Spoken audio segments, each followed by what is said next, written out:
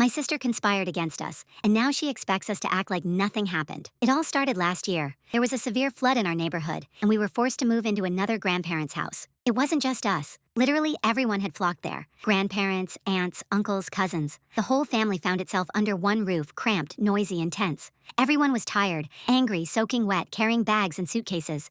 As the eldest, I decided to help out in some way. It's natural for me. If I see a mess, I clean it up. So I took over the suitcases and bags, sorting them into rooms so that when everyone got to their room, they could simply unpack their things and not get stressed. I thought I was easing everyone's stress and that everyone would be happy. But Nura, my foster sister, saw me with the suitcases and loudly, for the whole living room to hear, declared, "I'm not a servant. I won't carry other people's suitcases." I didn't even ask her for help. No one did. I simply continued silently doing my job, but her words sounded as if I was standing there with a whip, forcing her to work. Everyone remained silent. They were too tired to engage in an argument. But Nura, receiving no response, jumped up and demonstratively walked out of the room. Later, I found out she'd called my mom and complained that I'd forced her to help. When my mom came to me that evening and asked, "Why are you making Nura carry things?" I was speechless. I explained it was a lie, that I hadn't said a word to her. My mom nodded and said, "Oh, I see." But the bitterness remained. For the first time, I truly felt that Nura wasn't just being capricious. She was deliberately lying, making me look bad, and doing it as if the fact itself wasn't enough for her. She wanted everyone to believe her. From that day on, I decided to keep my distance.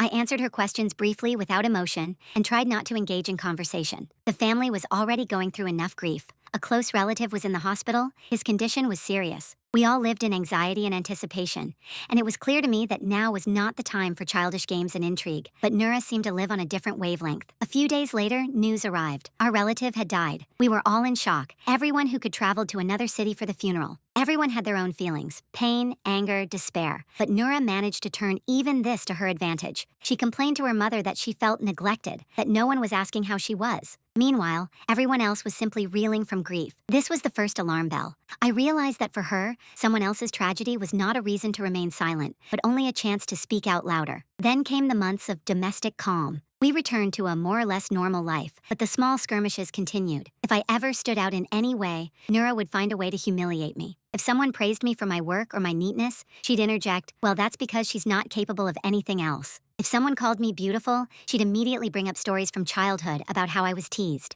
I tried not to react, but fatigue was building inside me. This wasn't just sisterly rivalry. It was a desire to crush me, to deprive me of my support. And then it all went downhill. She managed to get into a fight with our younger sisters, and when I refused to take her side, because she was clearly in the wrong, Nura announced she was cutting all ties with me. She said, "You're not my sister, and you never were." At first I laughed. You know what it sounds like when a 30-year-old woman is told she's breaking up? But then I realized she didn't just say it, she took action. Nura went around to her relatives, aunts, uncles, cousins. She told stories that made me look evil, cruel, and hypocritical. She portrayed herself as the victim, and she did it so cleverly and convincingly that gradually, a whole group of relatives actually began to turn against us. I realized this one day when we went to my grandmother's for our traditional family get-together. It was usually a place of warmth and laughter, but that evening, as soon as we walked in, the air thickened. Everyone except my grandmother began ignoring us. Not just silently, but openly whispering, looking sideways, talking about us so we could hear, as if we were strangers. It was worse than any scandal. You're sitting next to people with whom you shared your childhood, holidays, family stories, and they're talking about you as if you were nobody. We endured it for Grandma, for her smile. She alone remained kind. She didn't allow anyone to speak ill of us in her presence, but everything else became poison. And when Mom returned from her work trip, all the relatives suddenly forgot about their boycott. They started acting as if nothing had happened. They laughed, hugged, and said, "Oh, come on, it's all a small thing." And Nura, the one who started this bullying, now plays the role of a caring sister. She tells her mother, "We're family. We need to forgive." And my mother, tired of all this hostility, says softly to me, "She's your sister. Think about it. Maybe you'll forgive her." And here I am, stuck. Inside me, I'm seething with resentment, anger, and memories of how we were humiliated and ignored. But I see a mother for whom family is sacred. Mom was sitting on the couch, tired after a long drive. Her eyes were red, not just from lack of sleep. I knew she was tired from all this family warfare. She looked at me with that expression I remember from childhood, soft, almost guilty, as if she was already asking me not to argue. "She's your sister," Mom said quietly. "Family is the most important thing. Maybe you should try to forgive her?" My insides clenched. Scenes flashed before my eyes. Nora complaining about me, pretending I was forcing her to carry suitcases. Nora, who, on the very day of the funeral, managed to complain about lack of attention. Nora whispering her made-up stories about me and Hala to her aunts and cousins while we sat in Grandma's living room, everyone else turning away from us as if we were contagious. Forgive? I almost laughed, but the laughter stuck in my throat, replaced by bitterness. Mom, I said carefully, you don't understand. You didn't see how they behaved when you weren't there. They literally hounded us. You should have seen how they turned away from us, how they pretended we were nothing. Mom sighed heavily. I know it was hard, but you're the eldest. Sometimes you have to be wiser, turn a blind eye to hurt feelings. For Grandma's sake, for me, for the family. Her words cut like a knife. Why should I be the one to turn a blind eye? Why not Nura, who orchestrated all this? Why should I be wise again? How many more times? From that day on, a new challenge began. Nura felt she had a trump card, her mother. She immediately began playing the role of model sister, but only in front of her. In front of her, she smiled, offered help, and said, "We're family, let's forget the past." But as soon as Mom left the room, Nura looked at me with that same look, cold, mocking, as if to say, I win. I tried to hold on, but inside I was seething. It became especially difficult at weekly family dinners. I used to come from my grandmother. Her smile warmed me even on the hardest days. But now, every such gathering was torture. Nura sat next to the aunts, loudly telling stories that matched details from my life, but with a twisted meaning. For example, if I took a day off from work to go to the doctor, she would recount it as, well, you know, she's skipping work again. She always has some excuse. Everyone laughed, and I sat there stony-faced. Hala once whispered to me, ignore them. You see, they're just waiting for your reaction. I nodded, but my chest was burning.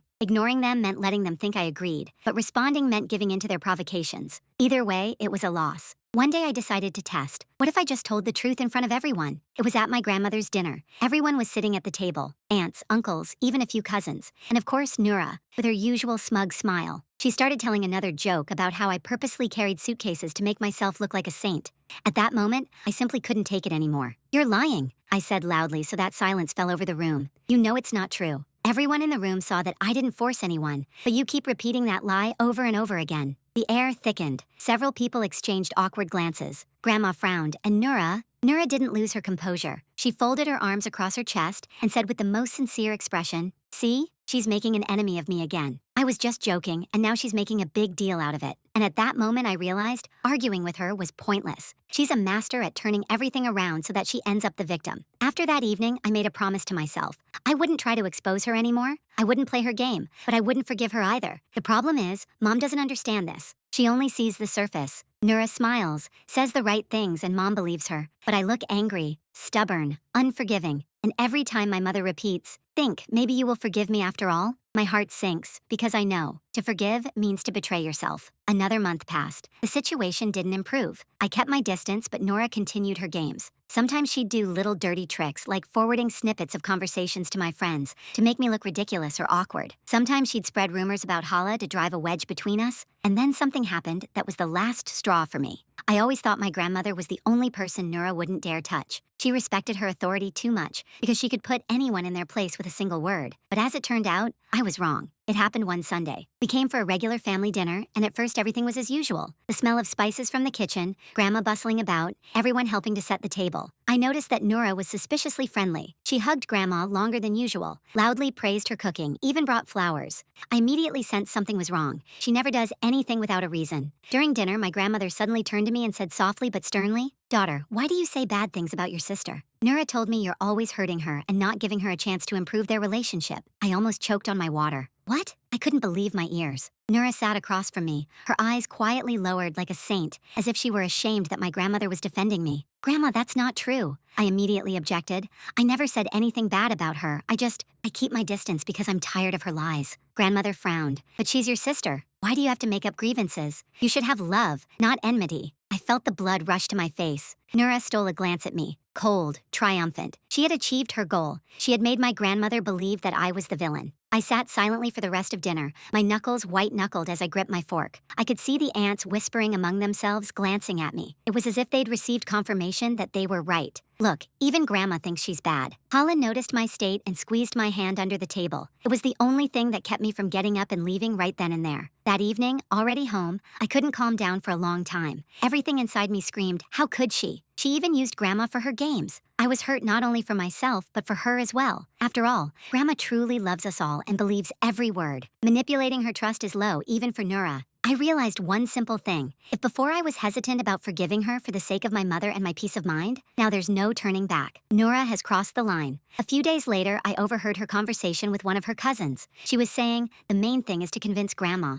If Grandma is on my side, the others will be too. It all became clear. For her, this isn't about family or love. For her, it's a game. A struggle for attention, for control, for the role of victim. From that moment on, I decided I will no longer make excuses. I will no longer explain myself. I will no longer try to prove I'm right. Let them believe what they want. I will live my life and keep my distance. But how can I explain this to my mother who repeats every day, she's your sister, you have to forgive her? I put off talking to my mother for a week. The right words swirled in my head, but my tongue went numb as I watched her wearily remove her headscarf and sit by the window with a cup of tea. She'd come home late, and I'd find myself longing for just such an evening. A quiet one, without guests, without phone calls, without whispers in the hallway. That day, the house was unusually quiet. Kala had gone to see a friend, Dad was with his family, and Grandma had gone to bed early. I brewed Mom her favorite cardamom tea and simply sat next to her. Mom, I began, can I say what I've been holding inside for so long? Without the be wiser, without the family is most important, just as it is. She looked at me attentively, the way only a mother looks when she feels. This is not a whim, this is pain. Speak. I took a deep breath and to keep my anger from spilling, began to speak very calmly. About the suitcases on the first day of the flood, and how Nora called you in tears, as if I'd forced her. About the funeral, where she managed to make everything around her her own. About the evenings at Grandma's, when we were pointedly ignored. Not just once, Mom, but systematically, as if we'd been erased.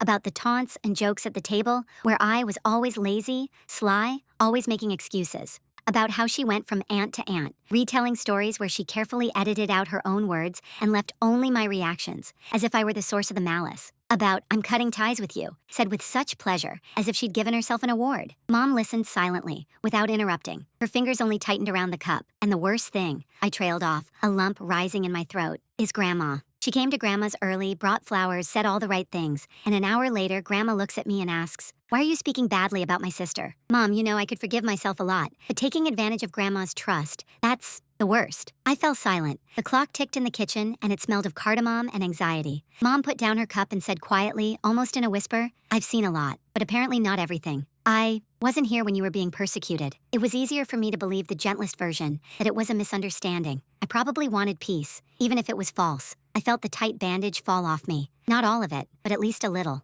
Mom, I know that for you, family is armor, but armor is no excuse to endure a knife in the back. I can't just forgive because it's necessary. I can't forget when people smile to my face, but behind my back they lay out their cards so that I always remain a fool. Mom sighed and closed her eyes. What do you want? Tell me straight. I was ready. I spent a long time formulating these words in my head so that they wouldn't sound like an ultimatum, but rather like boundaries, my own human ones. I won't participate in these group games anymore where Nura is the director. I won't go where they make us look like nothing again. If Grandma calls, I'll come for her, but I'll leave if the same old thing starts again. I won't make excuses and explain my truth over and over again, it's useless. And one more thing, I agree to talk to Nura only in front of you, not alone, and not, let's forget it now, hug each other. Let her tell me the truth at least once in front of a witness. If she doesn't, that's still the truth. Mom nodded. She fiddled with the edge of her scarf for a long time, and then suddenly said, I remember Nura as a little girl. I remember how she would enter any room and look around for someone to praise her. And if she couldn't find anyone, she would do anything to make sure they noticed. Sometimes bad things are easier to notice. We felt sorry for her. We thought it was harder for her. And you were always strong, steady. I leaned on you. Maybe too much. She looked up, and there was no defense of Nura in her eyes, only honesty. I won't break you with peace at any cost. Let's do it this way. I'll talk to her.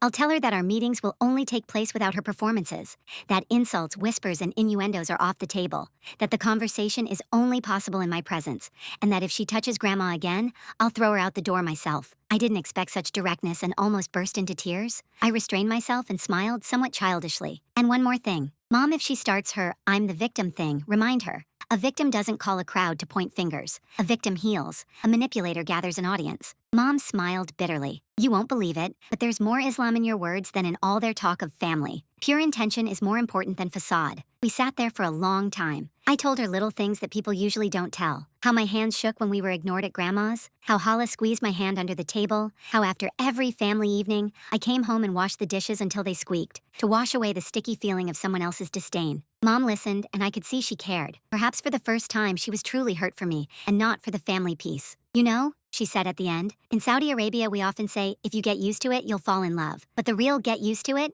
is when two people are moving toward each other, not when one is constantly ducking. I won't ask you to duck, but I will ask one thing. If she really wants to talk, give it a chance. No heels on her throat, no memory eraser, just a chance. I nodded. It was fair. A chance wasn't a guarantee, and it wasn't a betrayal of myself. That night, I slept peacefully for the first time in months. It was as if, in a house full of voices, one voice had finally emerged, one that chose truth over convenience. The next day, Mom said she'd call Nura that evening. I caught her glance. She asked me not to be present during the call, and I understood why. Sometimes a conversation between two women needs to happen without a third breath on the line. I went out onto the terrace and started watering the flowers. I only heard fragments. No, not like that. Enough. I've seen your kindness. Don't play with me. Only in front of me. Don't touch Grandma. An hour later, Mom came out and sat down next to me. She held a phone in her hands, silent as a stone. She started crying, Mom said calmly. She said everyone is against her. I replied, the only thing against you is your methods. At first she screamed, then she quietly said, fine, with you. So you agreed? For conversation, yes. For the truth, I don't know. But we installed the door. Now it won't be the one deciding where the entrance is. I nodded. A small lock clicked in my soul, one I hadn't had the strength to open for a long time. Not completely, but it clicked. Mom, what if she comes and starts blaming everyone again? Then you'll get up and leave, and I'll stay and say, this conversation is over. Sometimes the best way to save a family is to keep it from becoming moldy. We both smiled at the awkward metaphor, and for the first time in a long time, truly laughed, without Nura's shadow in the doorway. That evening, Hala wrote, Mom is on our side. The boundaries are set. We'll only meet in her presence. Hala sent a whole string of emojis, and then, I'll buy a pistachio cake. If anything happens, at least the cake will be on our side. I put the phone down and went to the kitchen. I took my grandmother's deep salad bowl from the cupboard, the same one she always uses to mix tabbouleh,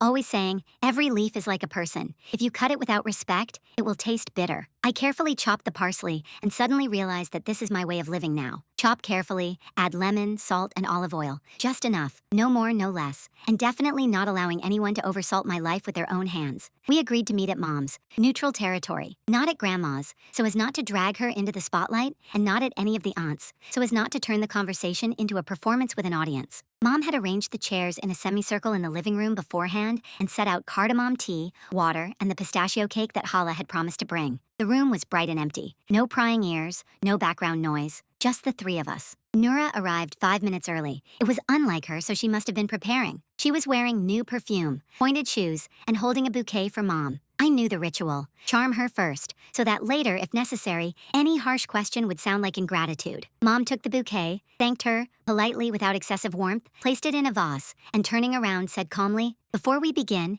here are the rules. We speak one at a time. Don't interrupt. Facts, not just I was told retellings. If things get personal, stop and move the conversation. And one more thing, no one is playing the victim today. We're here to sort things out. Nura nodded. For a second, irritation flashed in her eyes. The no interruptions rule was like a vice to her. Mom turned to me. Will you start? I summarized the main points, the same ones I told my mother that night. The suitcases and the phone call, she's making me do it. The funeral, the family evenings at Grandma's, the pointed disregard, the whispers and the breakdown, the visits to my aunts with the stories cut out. I spoke straight away, without preamble, like a surgeon making an incision, so as not to drag out the pain. Nura held on for exactly a minute. Then her eyebrows rose. Have you been harboring resentment against me all this time?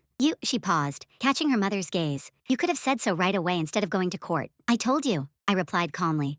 But you responded with laughter and gaslighting. You imagined it. You're being dramatic. Everyone got the joke except you. Mom entered the conversation, not letting it sink into drowning waters. Nura, specifically, why did you call me then and tell me that she makes you carry suitcases? Nura froze for a second, then repentantly lowered her eyes. It hurt. Everyone was irritated, and she walked around with these things, as if she wanted to show how good she was. I felt ashamed that I wasn't helping. I turned the shame into anger. I called. Yes, I was wrong. A chill of surprise ran down my spine. A confession, but too smooth, without roots. Mom must have been thinking the same thing. Okay, I heard that. Next, why did you go around to your aunts and cousins and tell stories about your sister, in which her role is always negative? I wasn't trying to set anyone up, she said, almost in a whisper. I was just sharing how hard it was for me. You didn't share. I let my voice ring out for the first time. You were trying to get the applause. When they didn't feel sorry for you, you beat out their pity. When they didn't listen to you, you turned up the volume. She looked up, her gaze sharp as a blade. And you were always the favorite. People relied on you. They praised you. All I heard was, look how collected she is, how mature. I couldn't do it.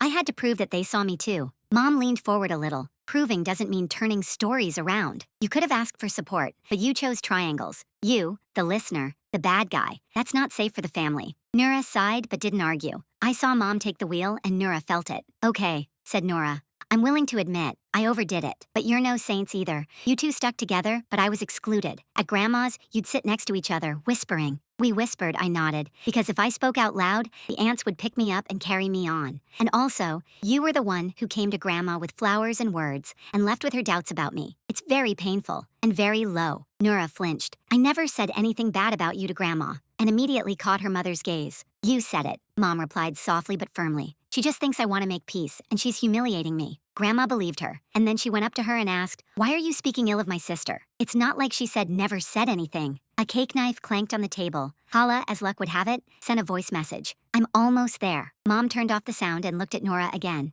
I don't want to unravel the past down to the last centimeter. What matters to me is the future. So now we're not talking about who said what when, but about how it will be. And here the boundaries are simple and immutable. She bent her fingers. First, no talking about someone without them. If you want to say something, say it in front of them. Second, no chasing attention at the expense of someone else's reputation. You need recognition. Ask for it directly. Third, no Grandma as an instrument. Grandma is not a tribunal or a mouthpiece. If I hear again that someone put doubts into her head about others, it will be your responsibility, Nura, and you'll be out of any meeting. Nura listened. Her cheeks were burning. Her mouth was pursed. From hurt or anger, it was impossible to tell. I gripped the side of my cup to keep from slipping into sarcasm. Mom nodded at me as if to say, pause, don't add to the fire. Finally, Nura exhaled. So what? Do you want now? For me to go to every woman and say, I'm sorry, I lied. For me to stand in the middle of the living room and declare that I'm a manipulator? I want you to stop pretending, Mom replied, that nothing happened. And yes, I expect you to tell Grandma the truth in front of me. Grandma,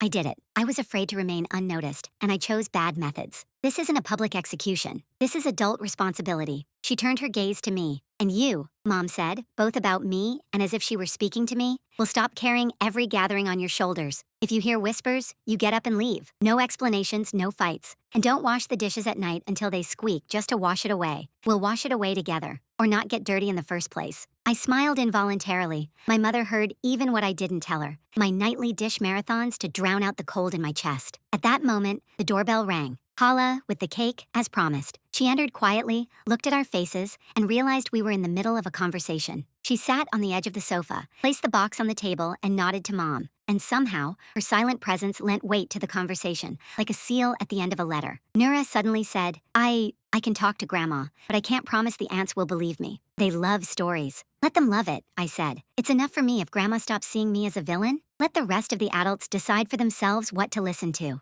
We locked eyes for a second, Nura and I, and for the first time in a long time, there was no stinging, piercing light in her gaze. There was weariness. She touched the edge of her plate like a child who's had enough of playing someone else's role and is wondering for the first time, maybe that's enough? Mom stood up. Then let's say this. Grandma's having lunch on Friday. Come early, the three of us will sit down and talk. No drama. If you can say not, everyone is against me, but I hurt you. If you can't, that's also an answer. And then we'll live parallel lives. Not as enemies, not as friends. Parallel. No gossip from you, no reactions from us. That's an honest world. Nura nodded briefly, almost apologetically. She stood up and thanked him for the tea. Already at the door, she turned around. I don't know how to do it any other way. I'm so used to it. If they can't hear me, I start talking loudly. I'll try to be quiet. But if it starts to feel like you're alone again, and I'm alone, then say, I'm lonely. Mom interrupted. Not, they're bullying me. That's enough. The door closed. The room became unusually quiet, as it does after a strong wind. The leaves are still shaking, but the air is clear.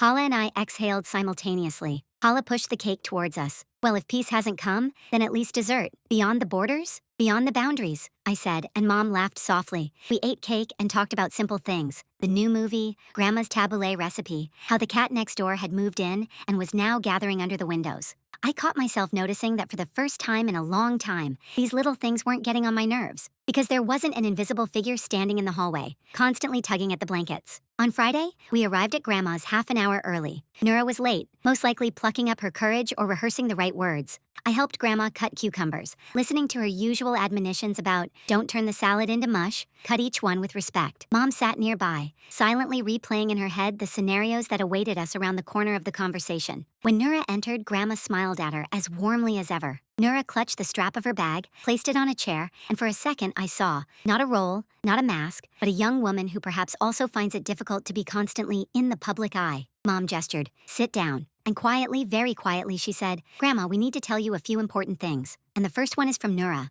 Nura swallowed. She wasn't looking at me, but at Grandma. And that was right. Grandma, she began, I did the wrong thing. I wanted to be loved and pitied, so I chose bad methods. I told stories in such a way as to make it sound like I was being hurt. I whispered, and I took advantage of your trust. This. She sucked in a breath as if through the eye of a needle. This is low. I'm sorry. Grandma looked at her for a long time. Not a word, not a sigh. Then she said, when a person cuts parsley with a dull knife, they think it's the parsley, but it's the knife. Do you understand? Nura nodded and lowered her eyes. Well, good, said the grandmother. Next, let's cut with something sharp, without making any noise. She turned to me. And you, stop keeping everything inside. Water, if you put it in a jar, will start to rot. Better to pour a little bit into the soil. It'll absorb it. I smiled. It was the most grandmotherly way of saying, speak early. Goodbye carefully, the three of us sat there, as if after a thunderstorm. We didn't hug, we didn't cry, we didn't vow to start over. We simply let the words flow, like rain that was long overdue. On Saturday evening, I drove to my grandmother's with the feeling that I was being taken not to a regular family gathering, but to an exam on which the future of our entire family depended. The car seemed to press down on my shoulders with its weight, and even the road, familiar down to the smallest detail, seemed longer and darker. There was only one feeling constantly thrumming in my chest, anxiety. After my conversation with Nura and my grandmother, I promised myself to maintain my boundaries. But deep down, doubt lurked. Could I handle it? When I entered the house, I immediately noticed that the air seemed thicker. Relatives had already gathered. Aunts, uncles, cousins. Their gazes slid over me, some indifferently, others too closely, as if testing my behavior. Only my grandmother, as always, greeted me with a smile and gestured for me to sit next to her. Nura was already there. She sat a little further away, next to her aunt, who always took her side. This time, my sister seemed quiet. She didn't argue, didn't interrupt, didn't try to make loud jokes to attract attention. But I sensed it wasn't relaxation, but anticipation. She was biding her time. The first half hour passed tensely. The relatives discussed mundane matters. The weather, new stores in the area, someone's renovations. But beneath this normal conversation, a tense undercurrent lurked, as if everyone was waiting to see who would make the first mistake. And the moment came when the conversation turned to Grandma's health. One of the aunties, in that same cloying tone, remarked, it's good that at least Nura is here now, helping. Some people just talk, but it's no use. The phrase hung in the air and everyone stared at me. I felt heat rise in my cheeks, but this time I didn't allow myself to remain silent. I'm always there too, I answered calmly, looking my aunt straight in the eye. I just don't like big words. I do what I think is right for Grandma, and I don't need to be told about it. Silence fell over the room. Someone coughed, someone looked away, and then I noticed my grandmother put her hand on my shoulder. A small, barely noticeable gesture, but it was more powerful than any words. Nura remained silent. She didn't defend me, nor did she attack me. She simply sat there, her hands clasped, and for the first time in a long time, she seemed at a loss for words. For me, it was like a breath of fresh air. For the first time, I didn't let myself be backed into a corner, didn't make excuses, didn't play the guilty by default role. I simply told the truth. Toward the end of the evening, the atmosphere softened. Conversation shifted to more neutral topics, and some even laughed, but I knew this was only the beginning. The test had been passed, but more would come. As we were leaving the house, my grandmother whispered to me, "You're a smart girl. You held on." And I realized, for the first time in all these years, this evening belonged not to Nura and her intrigues, but to me and my right to peace.